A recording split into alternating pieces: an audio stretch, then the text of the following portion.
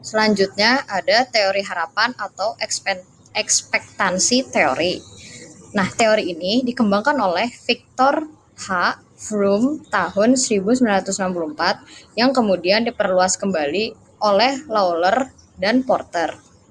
Teori ini berpendapat bahwa seseorang akan termotivasi untuk melakukan sesuatu hal dalam mencapai tujuan apabila mereka yakin bahwa tingkah laku mereka mengarah pada pencapaian tujuan tersebut. Nah, menurut Froome, ada 3 aspek yang mempengaruhi motivasi, yaitu ekspektasi, instrumen, dan valensi.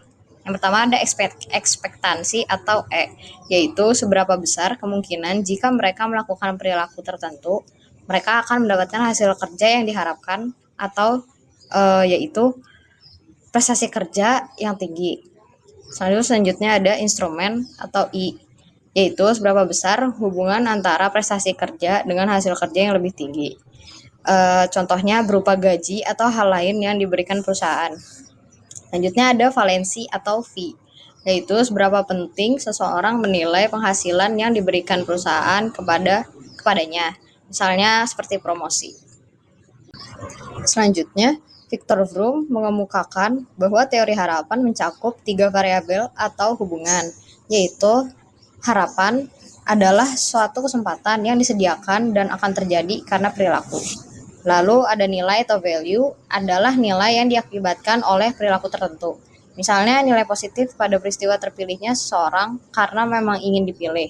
Nilai negatif bila seorang kecewa karena sebenarnya tidak ingin dipilih, serta acuh tak acuh jika bernilai 0. Lalu yang terakhir ada pertautan atau instrumentality. Adalah besarnya probabilitas jika bekerja secara efektif. Apakah akan terpenuhi keinginan dan kebutuhan tertentu yang diharapkan. Kemudian terdapat Lawler and Porter ekspektansi teori. Menurut teori ini, kepuasan ditentukan oleh perbedaan antara penghargaan ataupun imbalan yang diterima oleh individu yang satu dengan yang lainnya. Artinya, jika individu mendapatkan penghargaan atau imbalan yang sebanding dengan kinerjanya, maka dia akan mendapatkan kepuasan dan begitu pula sebaliknya. Lawler dan Porter ini juga berpendapat bahwa pengetahuan dan keterampilan dibutuhkan dalam mencapai kesuksesan kinerja yang nantinya berdampak pada pemerolehan penghargaan, sehingga menimbulkan kepuasan dan motivasi. Berdasarkan Lawler dan Porter teori ini pula, terdapat pembagian penghargaan menjadi 2 jenis, yaitu penghargaan intrinsik dan juga ekstrinsik. Penghargaan intrinsik yaitu penghargaan yang diperoleh atas perilaku individu tersebut dalam organisasi seperti pencapaian prestasi kerja yang merupakan usaha dalam mengembangkan diri. Sedangkan penghargaan ekstrinsik yaitu meningkatkan upah yang diperoleh, pengakuan yang layak atau status pegawai, dan jaminan keselamatan kerja yang diberikan oleh organisasi. Kemudian terdapat bagian Adams Equity Theory. Di sini, teori ini dikemukakan oleh John C. Adams pada tahun 1965, yang menyatakan bahwa individu mempersepsikan bentuk ketidakadilan yang diterimanya dengan membandingkan hubungan input yang diberikan kepada organisasi dengan outcomes yang diterima, di mana perbandingan tersebut dilakukan pada orang lain di luar maupun di dalam organisasi.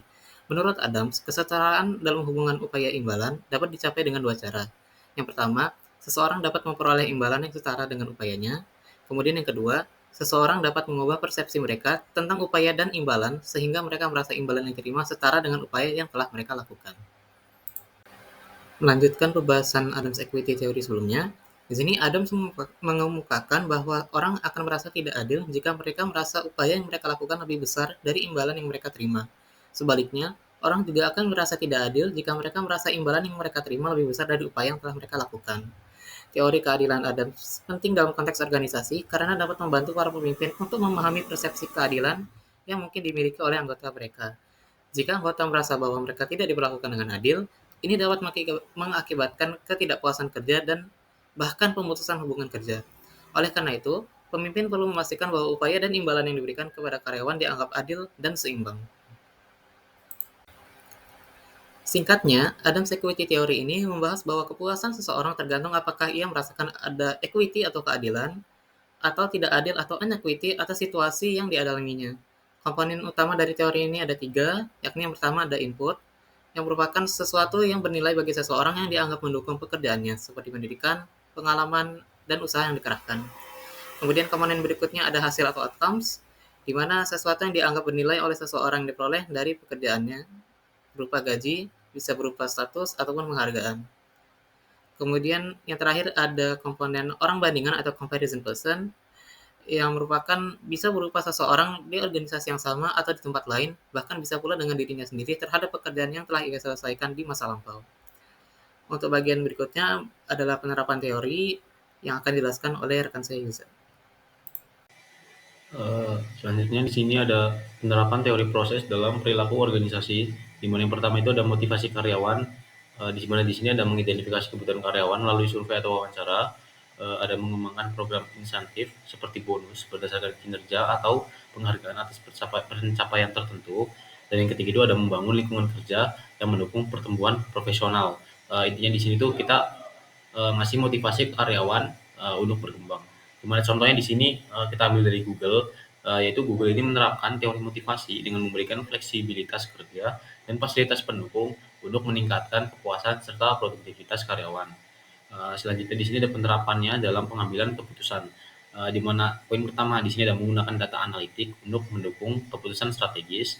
Yang kedua ada melibatkan tim dari berbagai fungsi guna memperoleh wawasan yang lebih komprehensif atau luas. Dan yang ketiga ada melaksanakan evaluasi setelah keputusan diambil untuk meningkatkan kualitas keputusan di masa mendatang.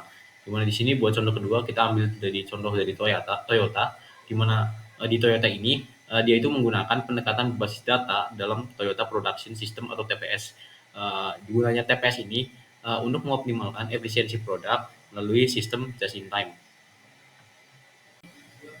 Selanjutnya, yang ketiga, di sini ada penerapan teori proses dalam perilaku organisasi untuk kepemimpinan. Di mana poin pertama, di sini pemimpin membangun visi bersama untuk menginspirasi anggota tim. Jadi itu pemimpin ini memiliki visi yang sama, di mana visi tersebut digunain buat menginspirasi anggota tim untuk semakin terpicu gitu. Yang kedua itu ada memberdayakan anggota tim dengan memberikan otonomi dalam pekerjaan mereka. Dan yang ketiga ada mendorong komunikasi terbuka untuk membangun kepercayaan dan kolaborasi. Komunikasi terbuka di sini tuh maksudnya kayak diskusi gitu antara pimpinan dan bawahan. Jadi itu lebih enak aja buat ngobrolnya, dan hal tersebut tuh bakal numbuhin rasa kepercayaan antara satu sama lain dan juga kolaborasi antara pimpinan dan bawahan. Di sini ada contoh dalam perusahaan startup teknologi seperti Airbnb, di situ pemimpin sering menggunakan gaya kepemimpinan transformasional untuk mendorong suatu inovasi dalam perusahaan tersebut. Selanjutnya di poin terakhir di sini ada manajemen perubahan, di mana yang pertama ada menganalisis dampak perubahan terhadap semua bagian organisasi. Jadi perubahan-perubahan yang terjadi ini itu bakal jadi analisis di mana sih bagian-bagian organisasi ini berjalan gitu. Selanjutnya ada melibatkan seluruh anggota tim dalam proses perubahan agar mereka memiliki peran aktif. Jadi di sini gitu menghindari suatu karyawan itu kayak merasa dirinya itu nggak berguna di suatu perusahaan. Jadi pemimpin itu sengaja buat ngajak seluruh anggota tim buat ikut turut serta dalam perubahan yang lebih bagus untuk perusahaan tersebut. Selanjutnya ada yang poin ketiga, yaitu memberikan pelatihan kepada karyawan untuk membantu mereka beradaptasi dengan perubahan. Jadi kan karyawan-karyawan ini memiliki mungkin sikap adaptasi atau ya sifat adaptasi yang berbeda antara satu sama lain. Jadi gimana sih buat kita ngasih pelatihan ke mereka biar mereka itu bisa cepat adaptasi gitu dengan lingkungan pekerjaannya, dengan teman satu perusahaannya atau dengan pimpinannya, atau ya dengan ini dengan rekan setimnya lah. Nah, selanjutnya di sini kita ambil contoh dari Microsoft, di mana Microsoft ini berhasil bertransformasi menjadi perusahaan berbasis cloud dengan melibatkan seluruh timnya dalam proses perubahan strategis. Jadi nggak ada gitu satu tim yang nggak ikut turut serta dalam perubahan. Jadi semuanya ikut, semuanya turut serta menjadi bagian dari perubahan Microsoft itu sendiri.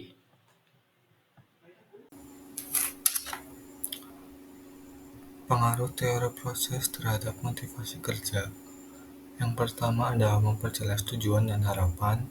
Teori proses membantu karyawan memahami hubungan antara usaha yang mereka lakukan dan hasil yang akan mereka peroleh.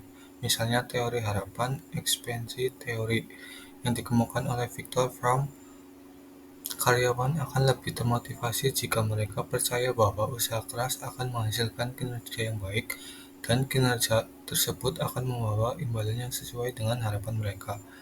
Contoh, jika seorang karyawan yakin bahwa promosi tergantung pada prestasi kerja, maka ia akan bekerja lebih keras untuk mencapai target. Yang kedua ada meningkatkan kepuasan melalui keadilan.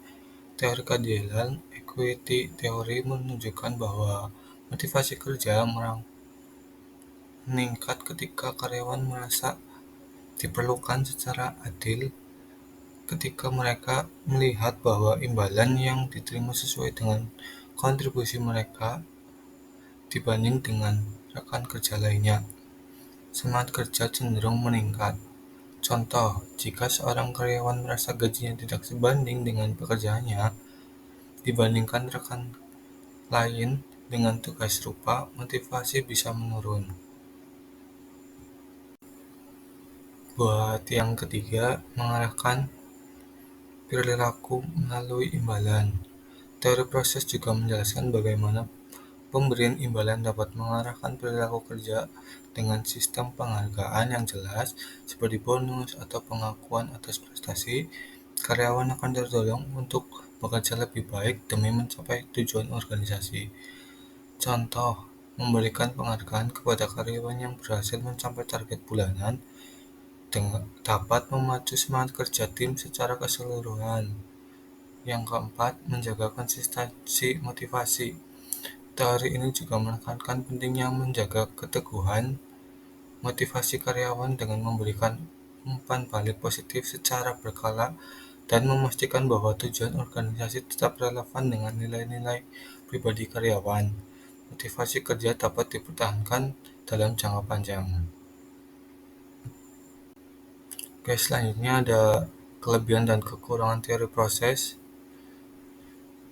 Yang pertama, kelebihan, struktur yang jelas. Teori proses memberikan kerangka yang terorganisir membantu manajer dalam merancang dan melaksanakan strategi. Dengan adanya struktur yang jelas, setiap anggota tim tahu peran dan tanggung jawab mereka. 2. Efisiensi operasional. Pendekatan ini mendorong efisiensi dalam pekerjaan dengan memecah tugas menjadi langkah-langkah yang lebih kecil dan terukur. Organisasi dapat meningkatkan produktivitas dengan mengurangi waktu penyelesaian tugas. 3. Pengambilan keputusan berbasis data. Terproses mendorong penggunaan data dan analisis untuk pengambilan keputusan. Ini membantu manajer membuat keputusan yang lebih informasional dan berbasis bukti, mengurangi ketidakpastian. Yang keempat, fokus pada tujuan. Dengan pendekatan ini, organisasi dapat menjaga fokus pada pencapaian tujuan setiap langkah dan dalam proses dirancang untuk mendukung tujuan akhir sehingga seluruh tim bergerak ke arah yang sama. Selanjutnya ada kekurangan. Yang pertama, birokratisasi. Terkadang penerapan teori proses dapat menyebabkan birokratisasi yang berlebihan. Terlalu banyak prosedur dan aturan dapat menghambat fleksibilitas dan inovasi di dalam organisasi. 2. Kekurangan penyesuaian individu. Teori ini sering kali tidak mempertimbangkan kebutuhan atau motivasi individu karyawan secara mendalam. Hal ini bisa mengakibatkan kurangnya kepuasan kerja jika karyawan merasa tidak diperhatikan sebagai individu. Yang ketiga, ada ketergantungan pada proses. Terlalu fokus pada proses dapat membuat organisasi kehilangan pandangan terhadap hasil akhir. Jika semua orang terlalu terikat pada langkah-langkah tertentu, mereka mungkin tidak cukup responsif terhadap perubahan kebutuhan atau tantangan baru. Yang keempat, ada kesulitan dalam implementasi. Mengimplementasikan teori proses memerlukan pemahaman yang baik tentang bagaimana setiap elemen berfungsi secara keseluruhan. Ini bisa menjadi tantangan terutama di organisasi yang besar atau kompleks. Sekian materi yang dapat disampaikan oleh kelompok kami. Apabila ada saran dan pertanyaan, kami sangat mempersilahkan. Apabila terdapat kekurangan dan salah kata dari kelompok kami mengucapkan mohon maaf. Terima kasih atas perhatiannya. Billahi taufik wal hidayah. Wassalamualaikum warahmatullahi wabarakatuh.